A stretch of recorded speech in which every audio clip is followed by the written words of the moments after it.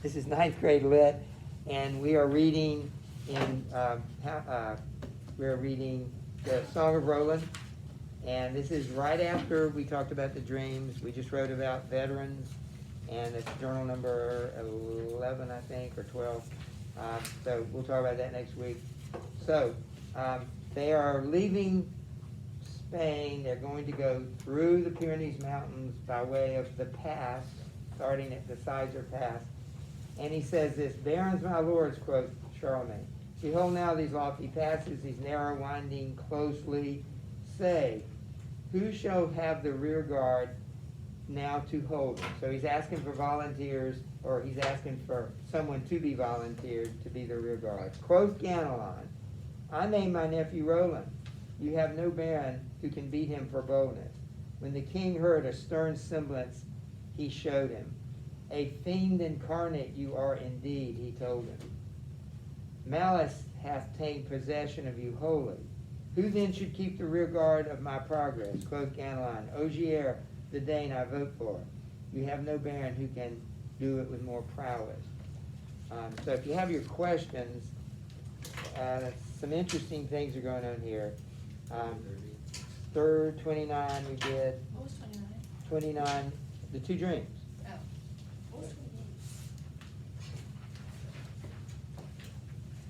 Well, I mean, think about it.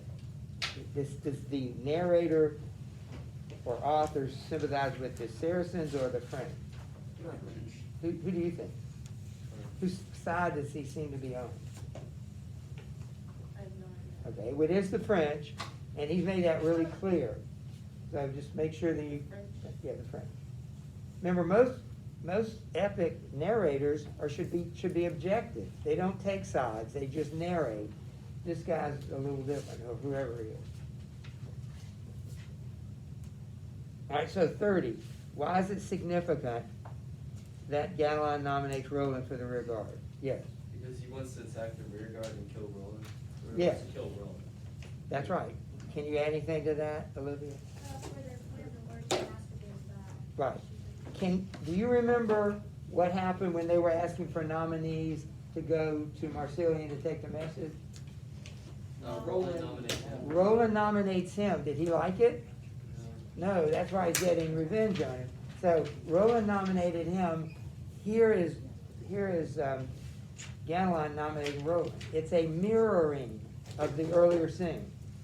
And he's doing it partially out of spite and partially out of the plan, which is because of spite. He's getting revenge on Roland, just like Roland did to him.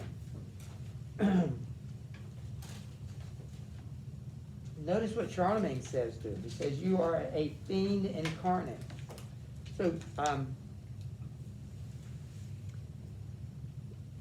Charlemagne, as I said, he knows that Ganelon is a traitor, but he doesn't do anything about it. And the reason for that is, again, what's the reason why he knows that he's going to be betrayed by Ganelon, but he does nothing about it? It's fate. He can't help himself. He can't change anything because fate. Again, that's not a Christian term, but it is the term they use in the book. All right, so Roland responds. So, anybody want to start first today? All right, we'll go to Olivia. Roland responds to being nominated. When Roland hears that he's appointed to, he makes reply as knighthood bids me do. My noble stepsire, I owe you gratitude that I'm a son of the rear guard at your suit. Charles, King of France, the lost shall never rue. Of steed or palfrey thereby I warrant you. No saddle piece nor any neither mule, pack horse nor sumpter thereby he shall not lose. Save first the sword, have paid the reckoning due. Quoth Ganelon, I know what you speak. All right, a couple of things there. First, how does Roland respond to his stepfather nominating him? He's okay publicly. He's okay with it. And he thanks him for it. Why would he? Well, let's read the next one, okay? And then I can answer fully the next question. Yeah. 31 should be answered. Yeah, let's read the next one though before we answer it, all right? Notice what Ganelon says, I know it, you speak the truth. That's a double entendre. Because this is what Roland says. He says, I warrant you, I promise you, that no saddle beast or hinny or mule or pack horse or sumpter you shall not, therefore he shall not lose, save the sword have paid the reckoning due. In other words, he says, you won't even lose, you won't lose a man, you won't lose a horse, before they pay for it. Meaning, what do you think he means by that? Kill them for what He'll they- kill them for it. And quoth Ganelon, I know it, you speak the truth. What does Ganelon know that nobody else knows? That they're gonna attack them. They're actually going to attack him. Remember, they don't really believe they're gonna need to fight. But Ganelon knows that they are going to fight. Because he's got his men ready as we speak. They're already up in the hills ready to fight. All right, well, that was his public response. Yes, it's an honor to do it. Thank you, grandsire or stepsire. Who would like to read next? My comment.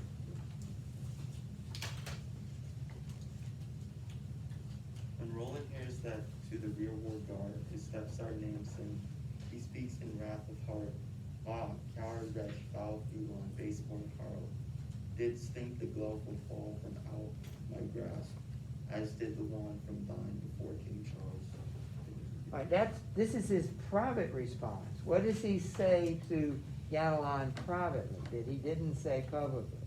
He honored him publicly. Thank you, stepsire. This is a honor for me to do it. Did you pick up on it? What did he say privately to him? He called him a coward. So privately, he hates his stepfather, and he calls him a coward. Did they ever explain why they hate each other so much? Well, we know why they hate each other now. It's because of the nomination, Roland nominated, but no, we don't know why there was bad blood between them.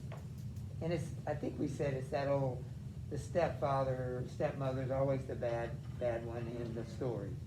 Just like the stepsisters were bad in the Cinderella story. You know, that's, So now can we answer 31? yeah.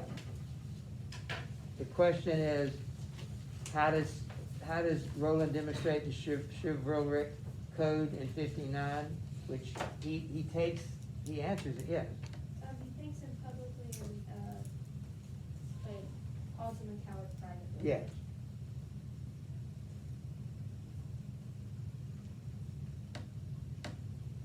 We would call that hypocrisy, wouldn't we?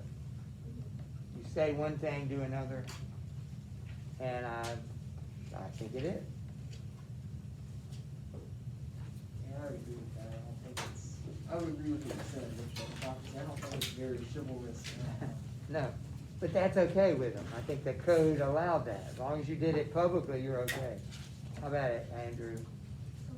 Well, we read 61, yeah. Just emperor, then you saw Count Roland bold.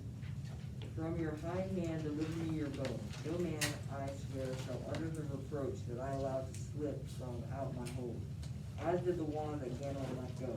The emperor sits with his head bended low. On cheek and chin he plucks his beard for woe. He cannot help but let tears overflow. All right, let's see, what can we say here? Remember, Roland keeps, I would say teasing, that's not the right word, but he keeps reminding Ganelon, you dropped the glove, I won't drop the glove. Remember, you dropped the glove? He reminds him that a couple of times. So we'll go to 62, Eliza Mann.